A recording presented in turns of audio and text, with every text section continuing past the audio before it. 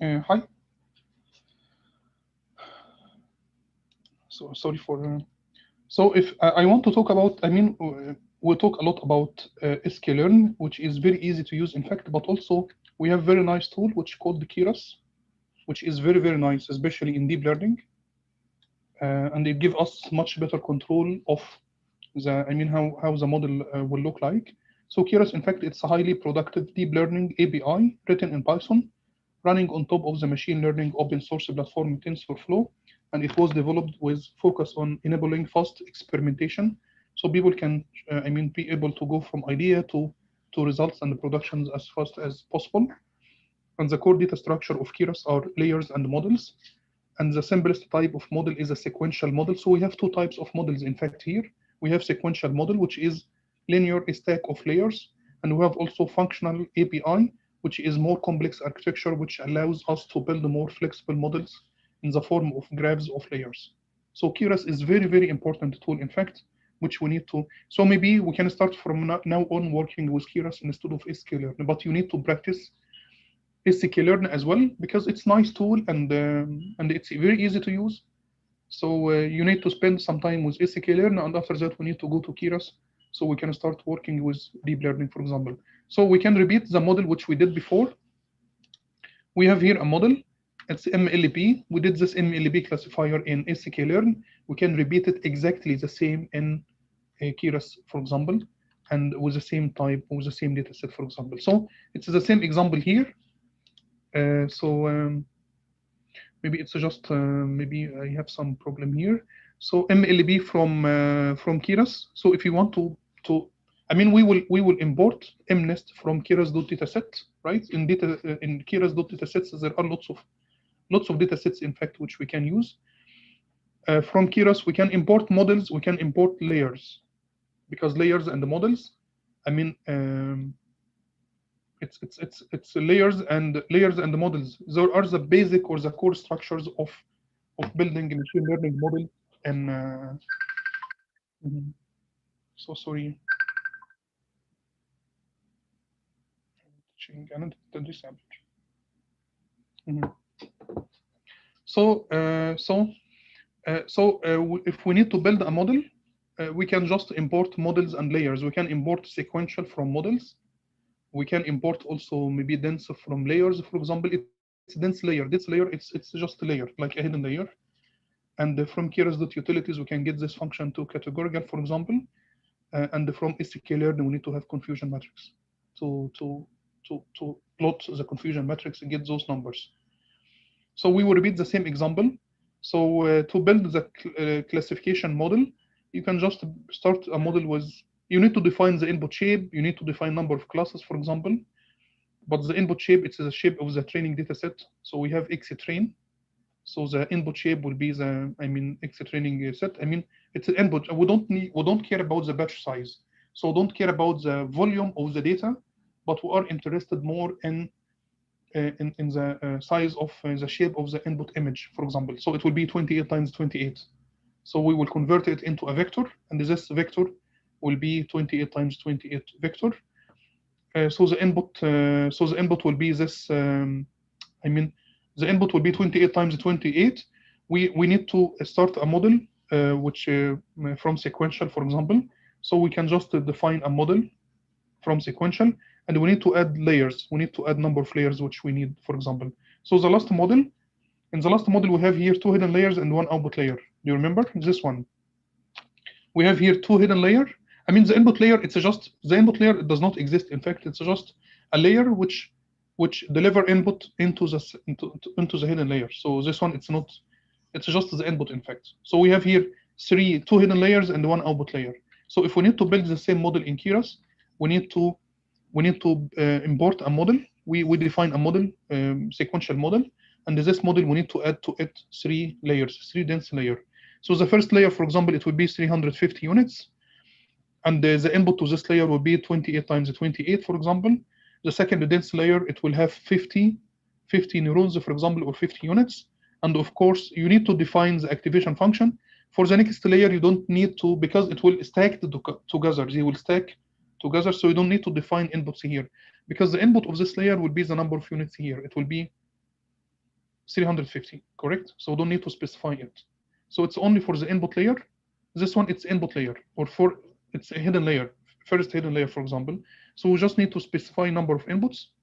And for the second layer, you don't need to define it because it will come automatically from this layer, because we stack layers together.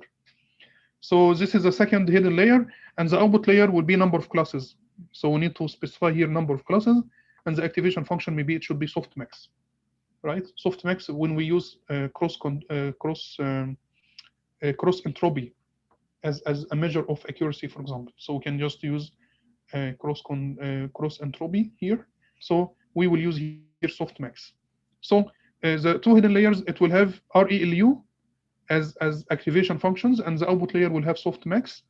And after that, we'll just compile. After building the model, you can just compile the model.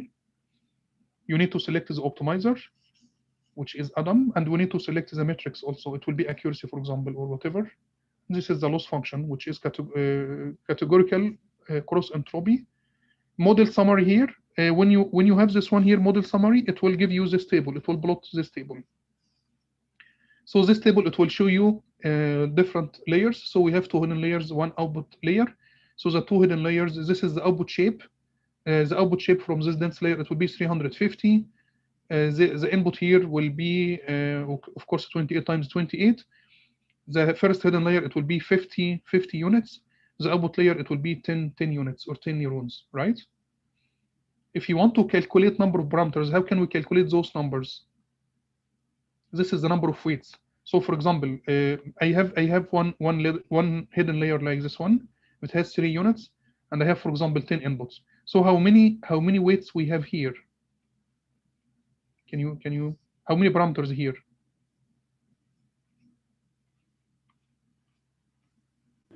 The product of 28 in 28. No. This one. I mean this one, the simple one. This one. How many parameters here? Trainable parameter. How many trainable parameters?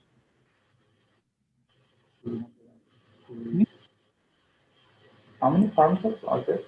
Yeah, I mean we have weights and bias, correct? Each unit here has some weights connected to it and some bias, right? Each one has some weights, some bias, some weights, some bias. So how can we calculate number of parameters here? Trainable parameters. Those parameters, it's the trainable parameters. How can we calculate it? 9. How many weights here? 9. 9. Okay. So how did you calculate it? 2 times 3 plus 3. Yeah. So it's 2 times 3 plus 3. 2 times 3 because we have 2 inputs times 3 units. So we have how many weights? We will have 2 times 3. So 6 weights. And each one is associated with a bias. So plus 3 bias. So in total, it will be 9. Right? So we will do this example here for this layer. How many inputs for this layer? For the first, for this hidden layer, how many inputs? Yes, Ali, you mentioned it from a while. How many inputs for this layer? 780. 784. 750? Product of 28 and 28. Yeah. So it will be 784. 784. Okay. Yeah. So how many parameters for this layer? How many parameters? Product of 700 and 350. Can you? I know I can read it, but how did you calculate this number? Because it's because it's the product of the first. These Time? are and 350. 350? Yeah. Okay. It could be the trainable parameter. So this multiplication will be this number? Yeah. Can you try it, please? So it's 28 times 28, 28 times 28 times 350. So it will be 274,400. So this is not correct. So it will be 28. One more time. 28 times 28 times 350. So it will be 274,400. Mm-hmm. plus biases. Plus biases, which is 350. 350. This is correct. So sorry. So oh my god, it's just a mix zooming. So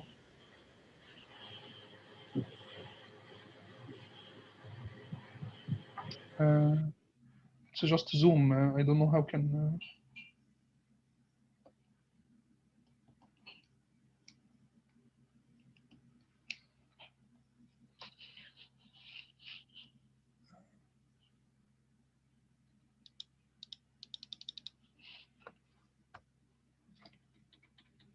Just I have. So this is correct. So plus 350. So it will be this number. Okay.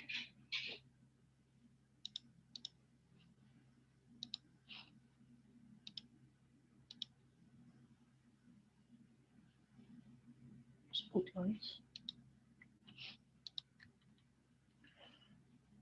I have. Wait, it's. How can I go back from this?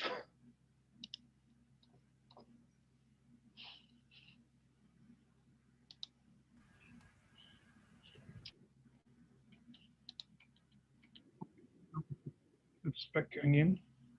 So yes.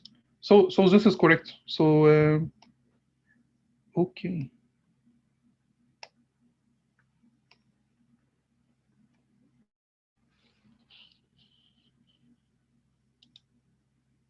So can you see? Can you still see my screen? Okay. So this number again one more time. This number. If we need to get this number, so it will be 28 times 28 times 350 plus 350. It will be this number. So this is the number of parameters for this layer. What about this number? How can we get this number?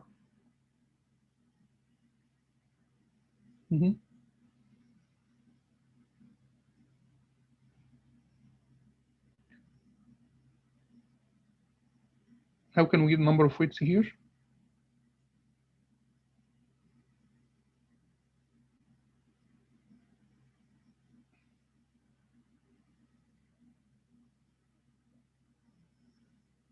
So this is also number of parameters in this layer. So it will be number of units multiplied by number of inputs or number of outputs from the previous layer.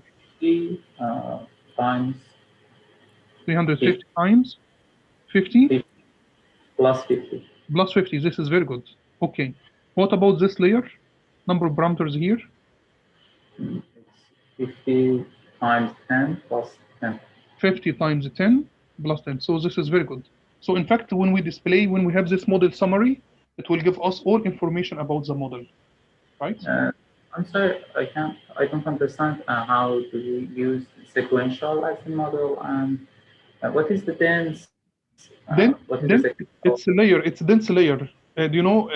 Because in deep learning they call it maybe convolutional layer and the dense layer. Convolutional layer, it's convolutional, and the dense layer, it's a fully connected layer. So they just call it in Keras, they call it dense. So how do we know to choose which one? Like, how do you know to choose sequential? For which application we use which one? Because sequential, it's a very basic, very simple one. This is the most simple way for building models using sequential. They have only two approaches, one called sequential and one called functional ABI.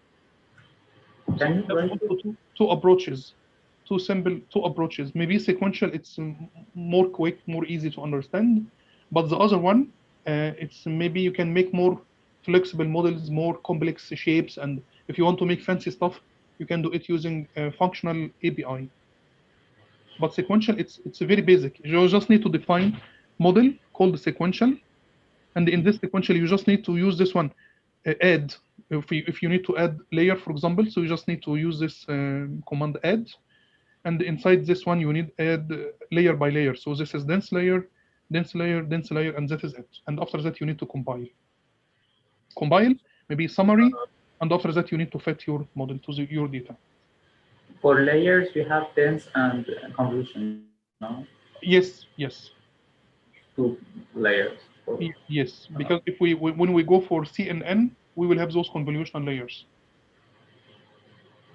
So, but if you want to build the feed-forward, because in convolutional neural network, we have some convolutional layers, and at the end we have some fully connected layers. Those fully connected layers are in fact dense layers, right? Thank you. So, so this is my model. This is your model. I mean, we just build it. I need to compile it to be sure that it's working. I mean, we need to compile the model. We need to define the cost function. We need to define the optimizer and the metric which will be used for reporting accuracy, for example, or prediction error or whatever. So we need to define those. And after that, you can write this command model.summary. When you have this model.summary, you will get this table. You will have this table. So this table will describe how many layers you have and how many parameters in each layer, what is the output shape from each layer, and so on. And after that, we need to train the model, right? To fit. So just the same. I mean, it's model.fit. We did that before in sklearn. It will be model.fit. And in this one, we need to define xtrain, ytrain, maximum number of epochs, batch size, for example, right? So it's batch learning or mini batch learning. I mean, because the batch size, it's you need to specify it. This one, it could be 1 or 0. When it's 1, it will print out information from training. And this is the validation split.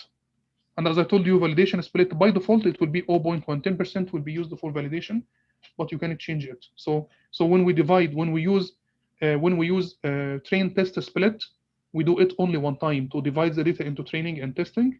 And from the training set, this one, we will use 10% or 20% for validation, right? So this is very important. I mean, this validation part is very, very important. But it is by default. If you forgot it, no problem, because by default it's 10%, right? By default it's 10%. You can also define many things here: early stopping, regularization techniques for overfitting. There are many ways. There are many missing things, in fact, you can use. But you need to go to sequential from Keras. You will find lots of information in the website. After that, we need to evaluate the model, for example. So model.evaluate using the X test and Y test, and you will get the test results here. And you can just print it. So, and this is the confusion matrix. And if you can see here, in fact, the confusion matrix here is much better. We have less confusion with 0, if you can see here. So maybe the performance here is, but I know why the performance here is better, because the model here is more complex, in fact. I mean, here we selected 350 and 50, and the other model, we select 130. But in Keras, at the moment, we selected this one, 350, this 150. So if you want to make good comparison between the two implementations, we need to stick to the same number of hyperparameters, right? So we need to, I mean, we have here 2 hidden layers, but it's 130, this one 350 and 50. So we are expecting that the results here will be much better than this model, MLP. Here also we use the logistic function, activation function, but in the other one we used RALU and softmax. So the activation function also is different. I mean, if you want to make any comparisons between two models, we need to have all parameters fixed, so we can make comparisons between models. Yes. So I mean, this is the accuracy and this is the loss. So the accuracy here is 98.2%. Right? It's 90 and 98.2. I don't know what is the loss here. What does this one mean? 1 point, when we multiply this one by 12, it's strange. Maybe this number is not correct. I don't know. Right? Maybe this number is not correct. Yes. So do you have any question for this implementing your multi-layer perceptron using Keras? Yeah, why did you choose 50 nodes for the hidden layer? I mean, is it just like arbitrary, or do you have some methodology? No, there is no methodology for it. In fact, it's a trial and error. Okay. So I'm just selecting any numbers, but we should start from I mean, a base model. They call it baseline model. So we need to start from small numbers, and after that increase the complexity, because it's much easier to solve underfitting a problem compared to overfitting. When it's overfitting, it's more complex. Yeah, I remember, yeah. for one reason. Maybe your model has overfitting and you will not be able to discover it. So it will be a problem. So it's much better to start from less complex model and try to increase complexity step by step. So, but there is no rule for selecting any numbers. Yes. So so we just, I mean, for just it's important after training your model that you save your model, because it takes long time. Maybe you will spend in your actual work in your PhD, maybe you will spend maybe some weeks for training a model. So it's important to save your models after training. And also, so you don't need to train those models again. You can retrain the model. We have something called hot start, I guess. So because now it's called starting, when we train our models here, we start from initial random values, right? We initialize the models with random values, but there is something called, I guess it's warm start. Warm start, we start from a model which has been trained already for some epochs, and we retrain the model using the data set which we have. So we need to select something in the options here called warm start. When you select warm start, you will not initialize weights by random values. You will keep values which has been stored before, and you will keep training, I mean, based on those values. Yeah. Yes. I want to close this one and start something else. Is it fine? Do you have any question for that one?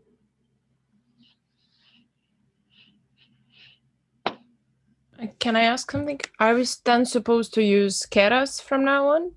I guess yes, because Keras, we will use it in deep learning. But please try also to at least use one example or two in sklearn, just to know it, and after that switch to Keras. Okay, thanks.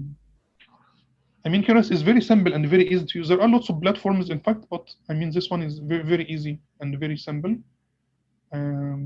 Yes, I guess we have something else we need to.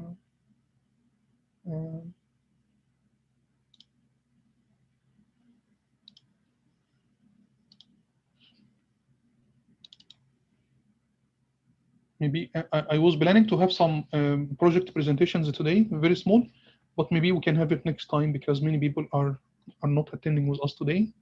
So we can try also to go for those working with unlabeled data. I don't know, should we talk about it today or should we keep it? Is there anyone who has any project who want to talk about his project, or should we finish this one? So maybe next time we can start in something different. We can go more in deep learning and stuff like this. We have, maybe it's 25 slides. So should... Hi, Ibrahim. Hi. I have presentation, so can I share? Okay, so should we stop here and we have maybe 2 presentations or 3 presentations if it is possible? Okay. Yeah. Next time we will work with unlabeled data, so we need to know, I mean, so unsupervised techniques. It will be just maybe 25 slides, so maybe it will take less than an hour or something. So we will talk about autoencoder, which is unsupervised approach, and it's a very important tool. We need to talk also about principal component analysis. We need to talk about some unsupervised algorithms, because as you know, I mean, most of the data in the world are unlabeled, in fact. So unsupervised techniques are very, very important. So please, Omer, you can share your slides. Can I ask one more thing in the meantime? Sorry for being so boring.